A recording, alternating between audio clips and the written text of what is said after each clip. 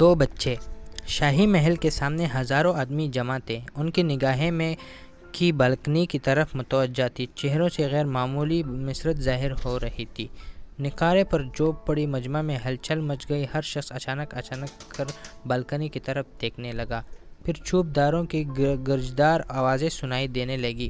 وہ بادشاہ ذوالطولہ عالم پناہ کے جلوہ نما ہونے کا اعلان کر رہے تھے۔ ہر شخص اپنی اپنی جگہ جم کر کھڑا ہو گیا، بالکل ساکت۔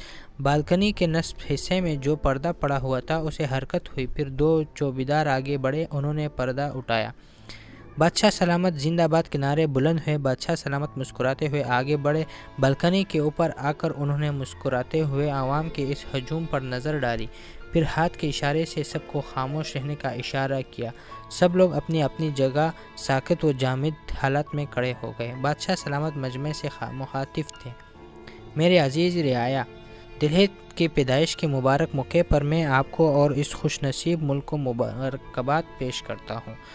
مجھے یقین ہے کہ میرا بچہ میرے عظیم خاندان کا نام روشن کرے گا۔ میرا خاندان ایک عظیم خاندان ہے۔ میرے خاندان نے ماضی میں متعدد ذی قدر اور عالی مرتبہ حکمران پیدا کیے ہیں۔ میرا بچہ ماضی کے عظیم روایات کا علمبردار ہوگا اور اپنے بزرگوں کے نقش قدم پر چل کر خاندان کے صدیوں پرانی روایات کی آبیاری کرے گا۔ اس بچے سے اب اس ملک کا مستقبل وابستہ ہے، اس لیے اے میرے عزیز رعایا، جاؤ اور مسرت برے گیت گاؤ۔ بادشاہ سلامت واپس چلے گئے اور عوام خوشی کے نعرے بلند کرتے اور مسرت برے گیت گاتے ہوئے واپس ہوئے۔ بڑی دیر تک محل والوں کے کانوں میں ان کے مسرت برے گیتوں کی آواز آتی رہی۔ وہ اس نے آمر کا استقبال کر رہے تھے جو آگے چل کر ان کے گردن پر رکھے ہوئے جوڑے کی نگرانی کرے گا، جو اس کے بوجھ کو اور زیادہ کر دے گا، کیونکہ وہ شاندار ماضی کی شاندار روایت کا علمبردار ہوگا۔ وہ کمزور پر زیادہ سختی کرے گا، ان کی کمزوری سے ناجائز فائدہ اٹھائے گا، ان کی روح کو چل کر رکھ دے گا۔ اپنے اس شاندار ماضی کا استقبال کرنے کے لیے وہ لوگ مسرت برے گیت گا رہے تھے اور نئے حکمران کے صحت کے جام پر جوش نوش کر رہے تھے۔ ٹھیک اسی وقت اس شہر میں ایک اور بچہ عالم وجود میں آیا۔ اس وقت جب کہ لوگ دہلیت کی پیدائش کی خوشی میں گیت گا رہے تھے اور آسمان پر فرشتے ان کی کمنکالی کا ماتم کر رہے تھے، ایک پرانے ویران کھنڈر میں ایک بیمار اور نحیف و نزار عورت انتہائی مایوسی کے عالم میں اپنے ننھے منھے بچے کی طرف دیکھ رہی تھی، جس نے اس دنیا میں ابھی چند ہی سانسیں لی تھی۔ یہ عورت سخت بیمار تھی اور کئی دن سے بھوکی تھی۔ دنیا اسے نظر انداز کر چکی تھی، سب اسے بھول گئے تھے۔ بادشاہ نے ابھی کچھ دن پہلے کسی ملک پر حملہ کیا تھا۔ اس عورت کے شوہر کو بھی جنگ میں شریک کیا گیا تھا اور ایک اجنبی دشمن کی تلوار نے اس کا پیارا شوہر ہمیشہ کے لیے اس سے جدا کر دیا۔ اب وہ تنہا تھی، دنیا اسے بھول چکی تھی، اس لیے قدرت نے اسے ایک ننھا منھا سا ساتھی دے دیا تھا تاکہ یہ بچہ اسے روٹی کھلائے، کام کرنے سے بھی چند دن کے لیے روک دے۔ جب ہجوم کے گانے کی آواز آنی بند ہو گئی، بدنصیب عورت نے بچے کو اپنے کمزور بازوؤں پر اٹھا لیا، اس کے چہرے کو دیکھنے لگی، پھر ایک دم رونے لگی جیسے وہ اپنے آنسوؤں سے دھو کر بچے کو پاک صاف کرنا چاہتی ہو۔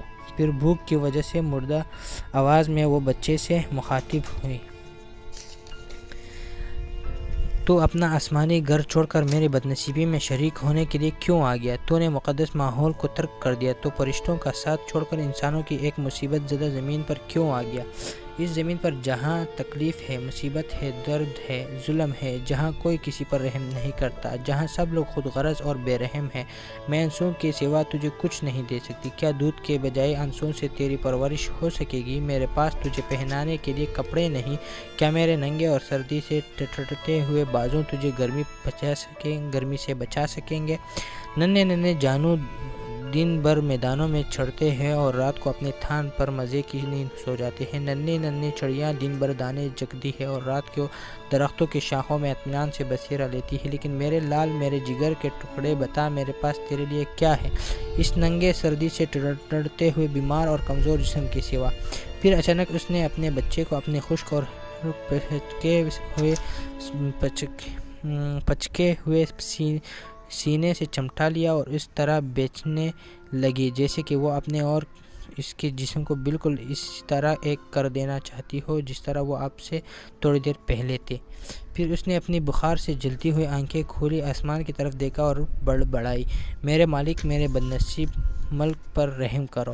فوراً ہی گہرے سیاہ بادل چاند کے چہرے سے ہٹ گئے، چاند کی کرنیں اسکندر پر بھی پڑنے لگے جہاں دو لاشیں ایک دوسرے سے چمٹی پڑی تھی۔ تو دوستو یہ تھی یہ ویڈیو، اگر آپ کو اچھی لگی ہو تو چینل کو سبسکرائب ضرور کریں۔ شکریہ۔